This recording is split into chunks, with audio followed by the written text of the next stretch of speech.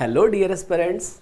So today in the concept talk we have a very important topic over which the questions are asked directly and indirectly for other chapters as well as it is required. So when you talk about equilibrium, basically it is a very important topic in the part statics of paper 1. Fair?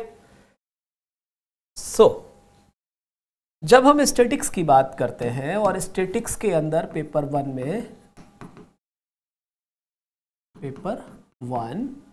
ठीक है, तो here we have a topic basically stable and unstable equilibrium.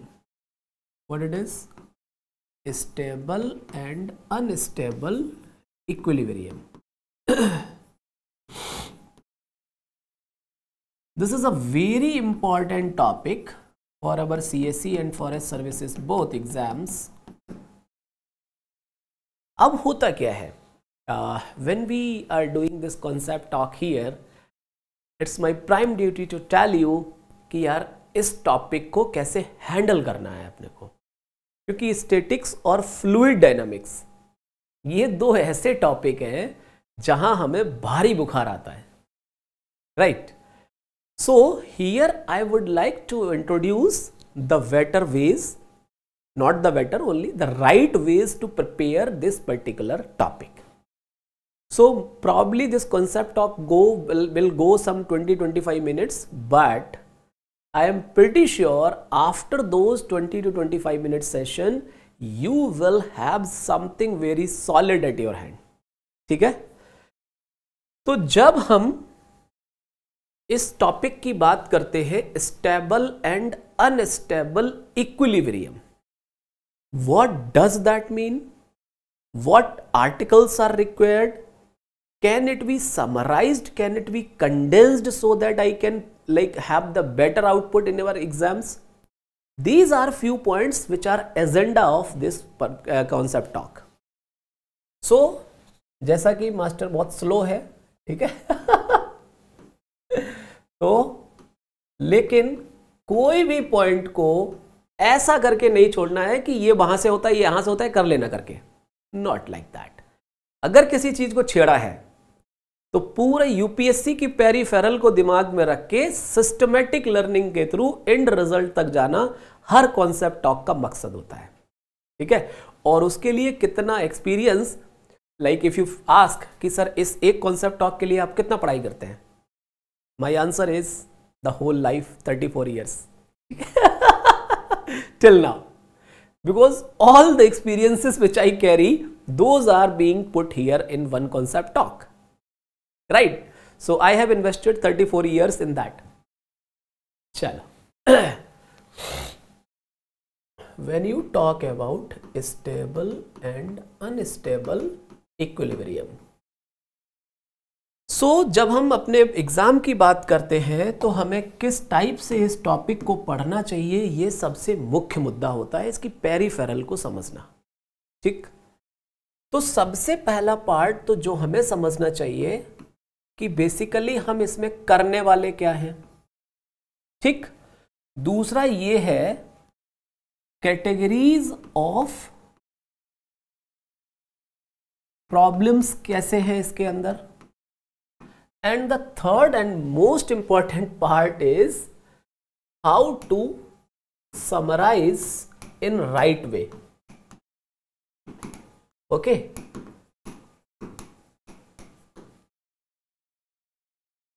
तो इस concept talk का जो purpose है वो इस पे जाएगा. So let's start from introduction itself. ध्यान से देखिए, बहुत इंटरेस्टिंग टॉपिक है ये.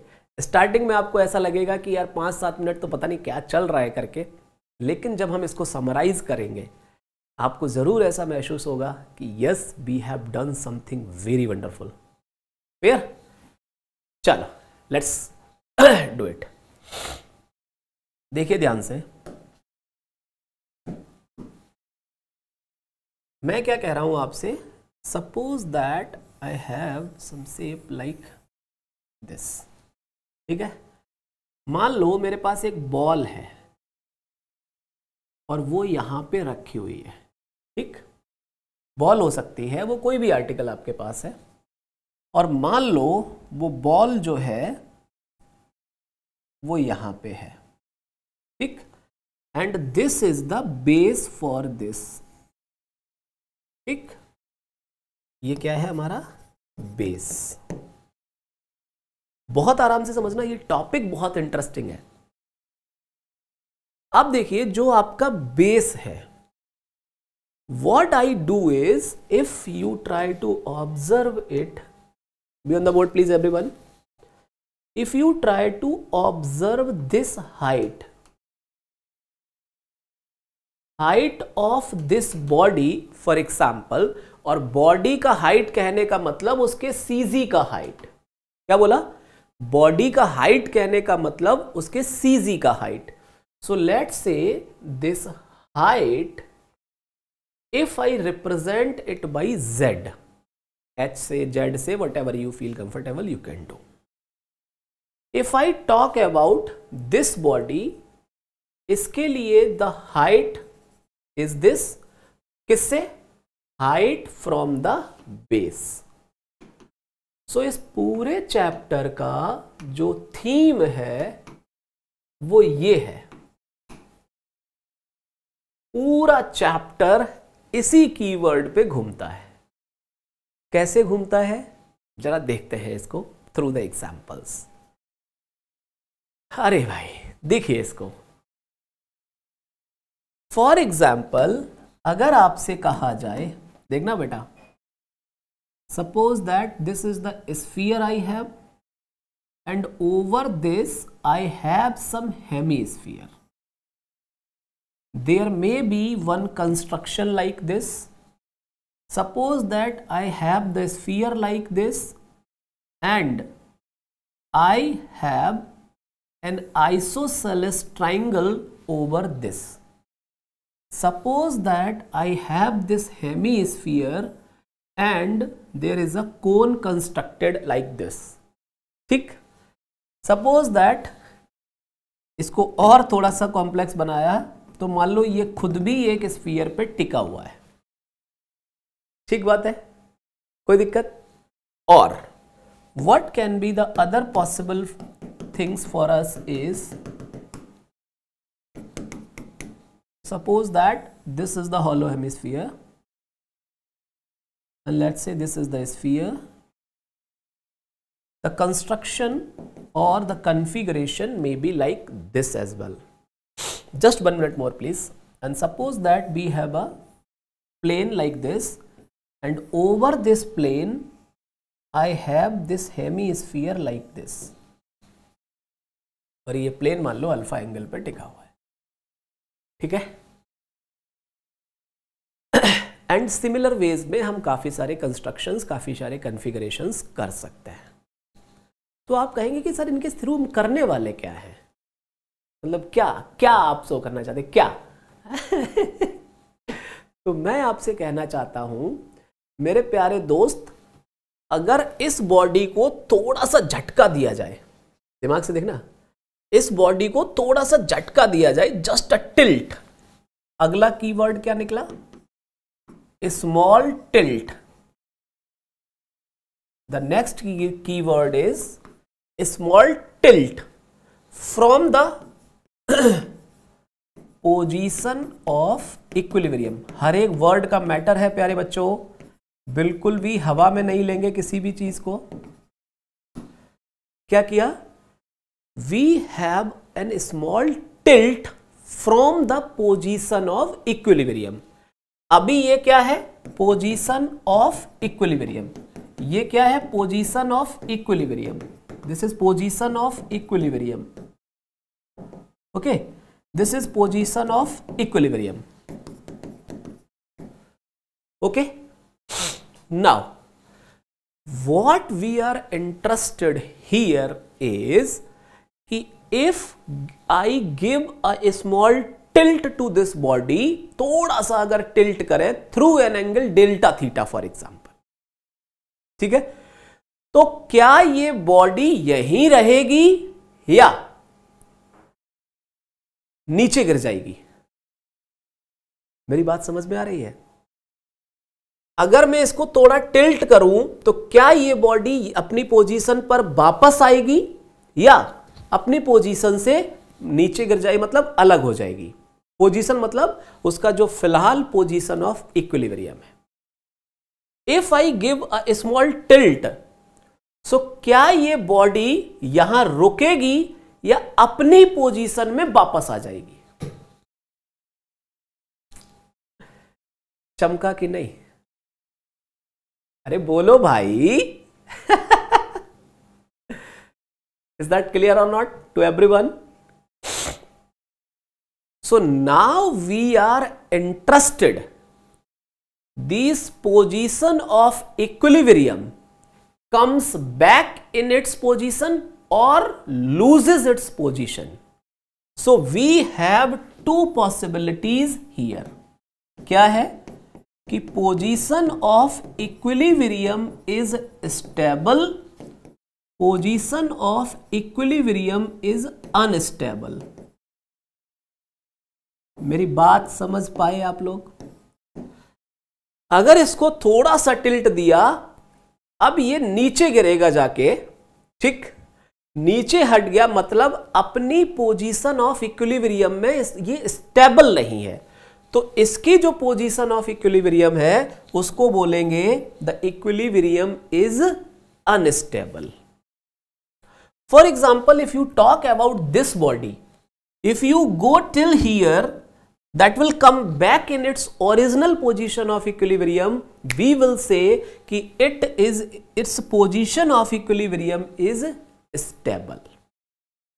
Or we are interested, दो काइंड की प्रॉब्लम्स हो सकती है। एक तो पोजीशन ऑफ इक्विलिब्रियम स्टेबल है या अनस्टेबल है। The other thing you may have, for example, suppose that this is a sphere and over this I have this, suppose that this square type body, lamina. Okay, I want to know up to which angle this theta, क्या जानना चाहता हूं, up to which angle theta the position of equilibrium is stable. आराम से देखिए। So that may be another kind of question, that may be one kind of, that is second kind of. आराम से देखिए पूरे चित्रों को, और आप कहेंगे कि सर तो ये किस जमाने के लिए बनाया था आपने? रुको ना भाई, चश्मा लगाइए ना। चलो। Anyways, joke apart. अब हम फीलिंग्स तो आ गई अपने को, लेकिन क्या मैथ्स फीलिंग्स पे चलता है? बिल्कुल भी नहीं। ठीक है, थोड़ा फीलिंग्स भी कॉन्सेप्चुअल अंडरस्टैंडिंग के लिए, लेकिन मैथमेटिक्स पे तो जाना पड़ेगा। Now to address either this type of question और this type of question through some mathematical instrument, that is the target now. Am I clear to all? किसी को कोई तनाव है तो चिल्लाइए।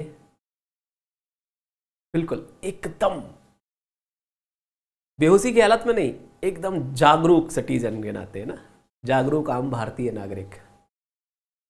चलिए आते हैं अपने फिगर पर वापस।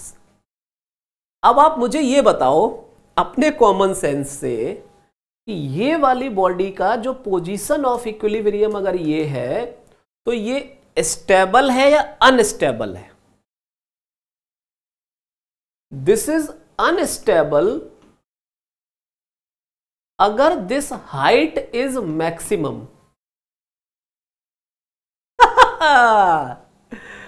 This is stable what? Position of equilibrium if the height is minimum from the base।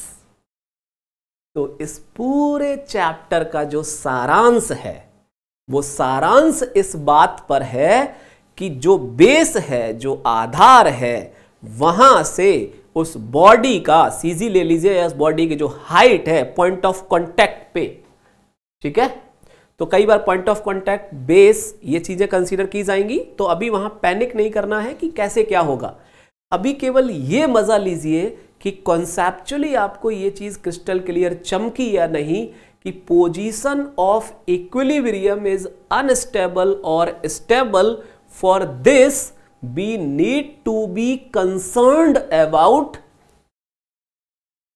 maxima or minima of this height. That is the whole crux of this chapter. विश्वास दिलाइए, चमक गया? अरे बोलो हाँ या ना यार।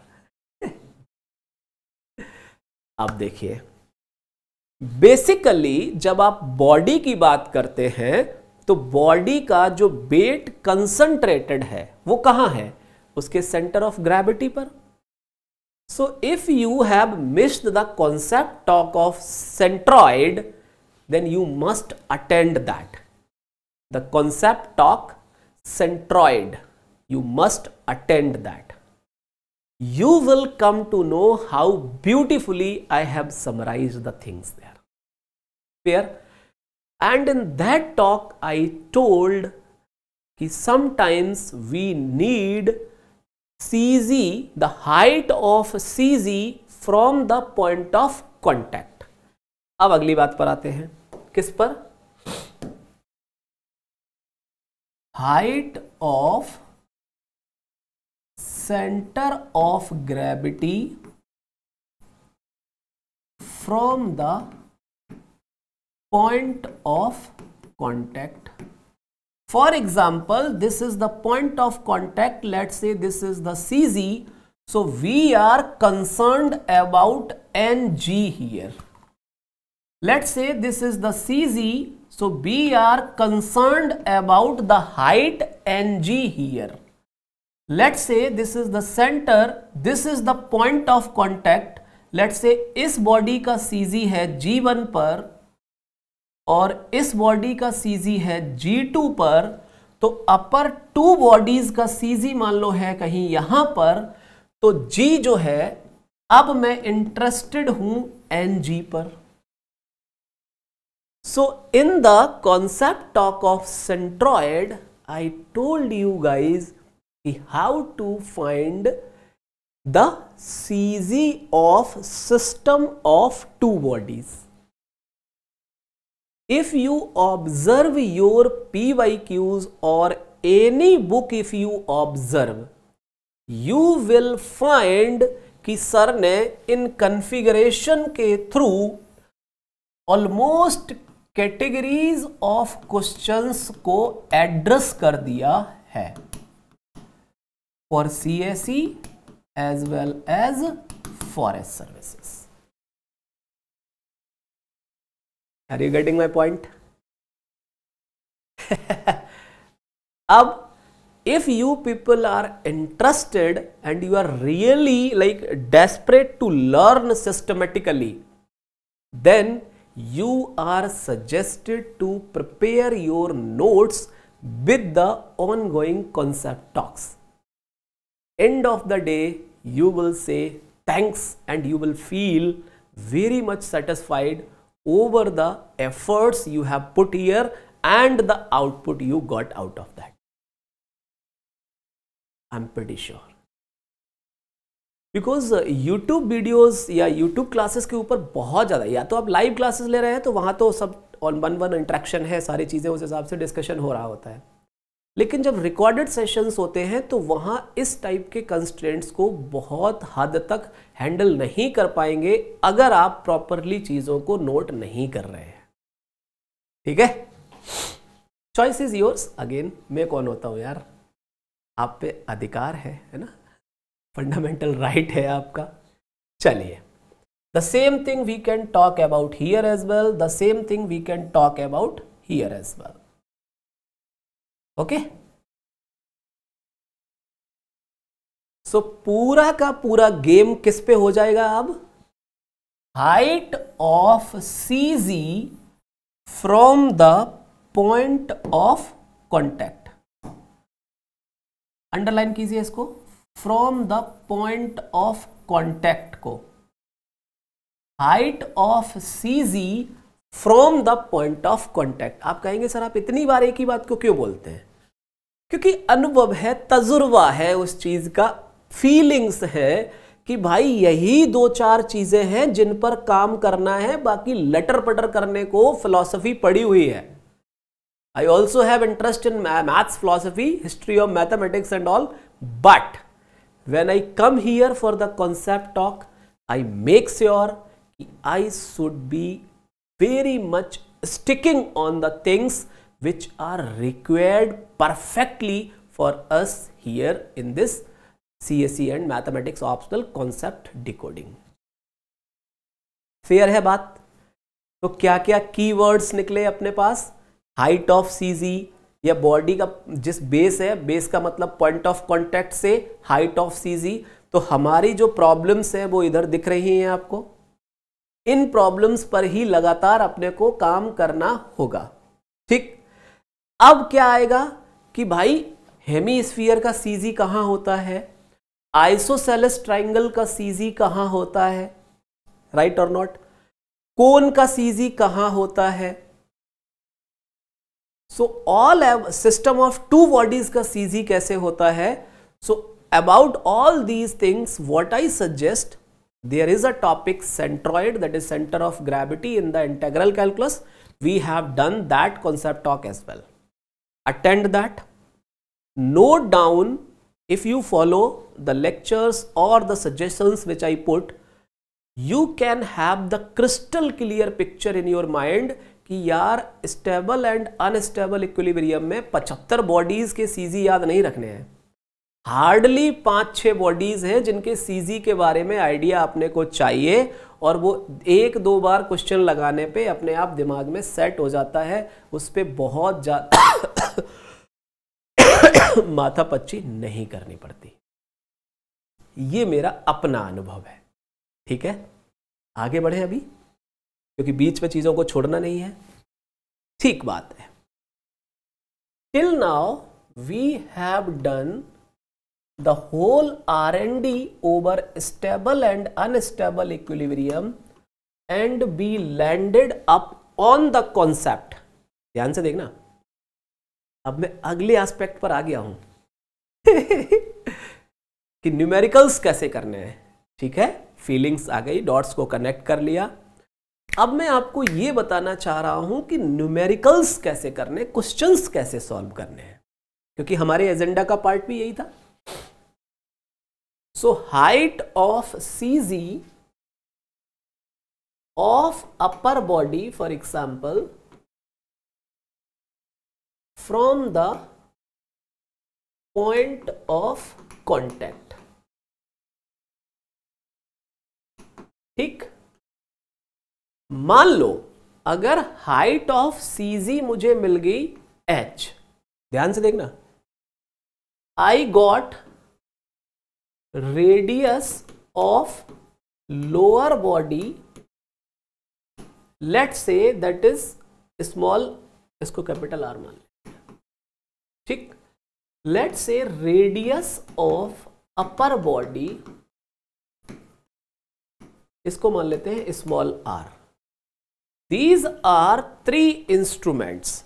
ठीक, as far as our exam orientation or demand is concerned, with these 3 components we have to work, dear fellow.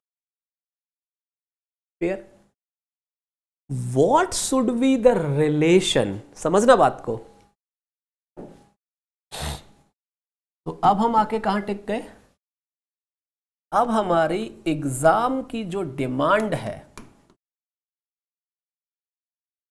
Systematic learning है ना वो ये है, getting some relation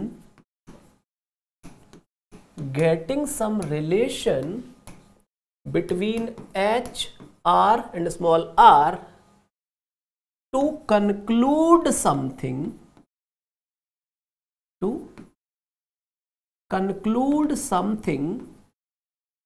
about position of equilibrium is stable or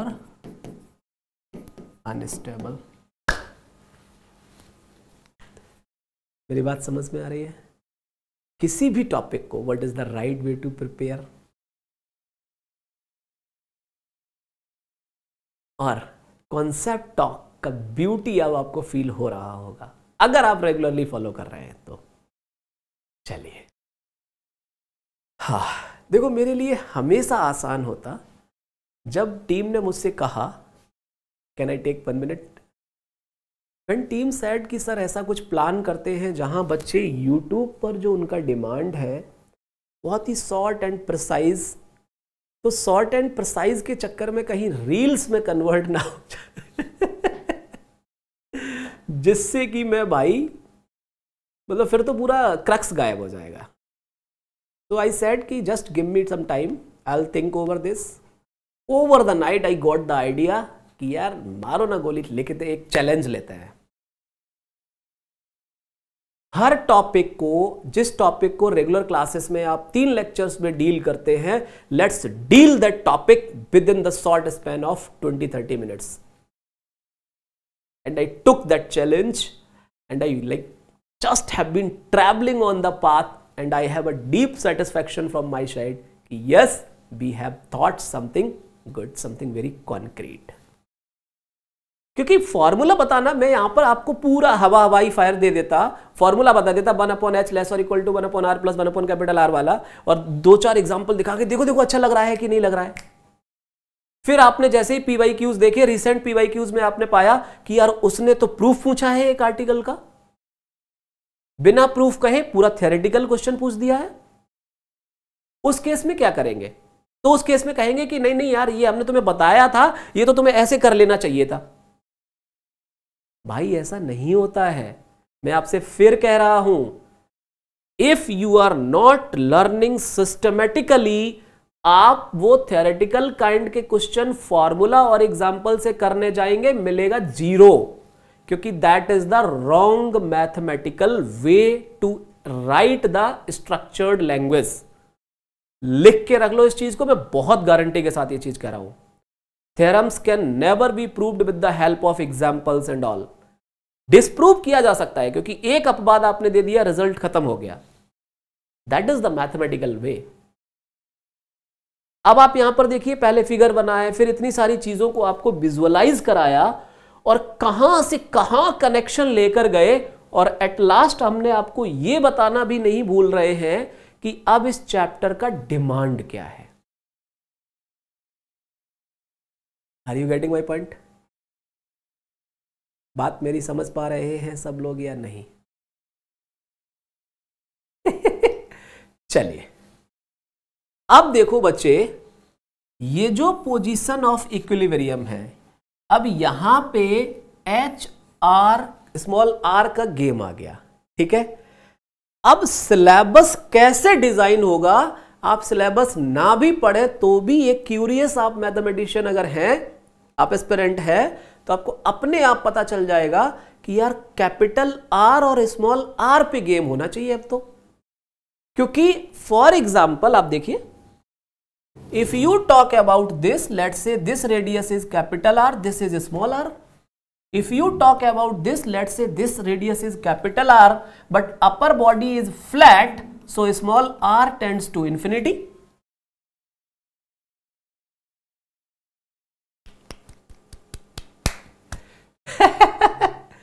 You're getting my point? मेरी बात समझ रहे हैं सारे लोग? Let's say if you talk about this, the whole radius, let's say this is capital A, and let's say this is the radius small b, small a, small b. So small r is small b, capital R is small a. Did you get my point, my fellows? मेरी बात समझ रहे हैं? या तो combination इस type का हो सकता है, या कॉम्बिनेशन इस टाइप का हो सकता है, या कॉम्बिनेशन इस टाइप का हो सकता है। ये सारे लगभग सिमेट्रिकल कॉम्बिनेशन है, क्योंकि नीचे जो है आपका जो सरफेस है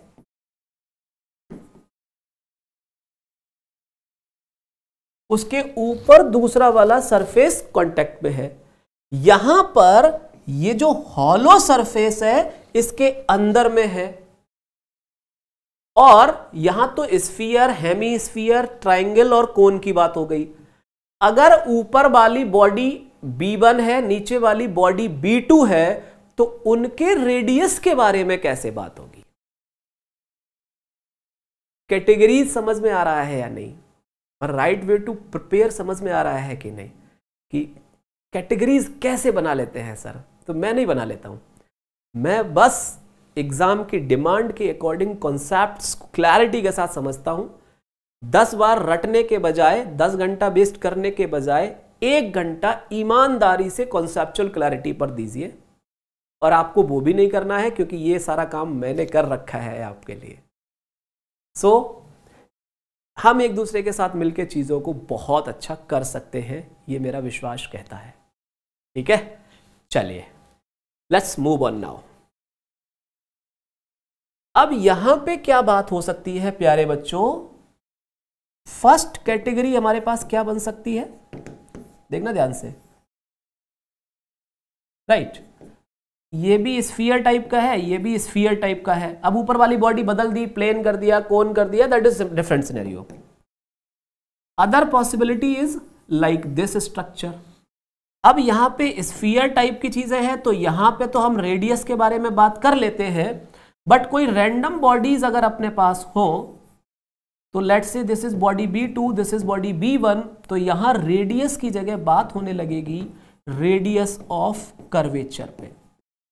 सो for the body let's say ρ1 है, फॉर द बॉडी ρ2 है, हाइट ऑफ CG h है, तो ultimately the next thing which is required for us, that is discussing about, किसके बारे में डिस्कस करना है? Discussing about these 3 articles.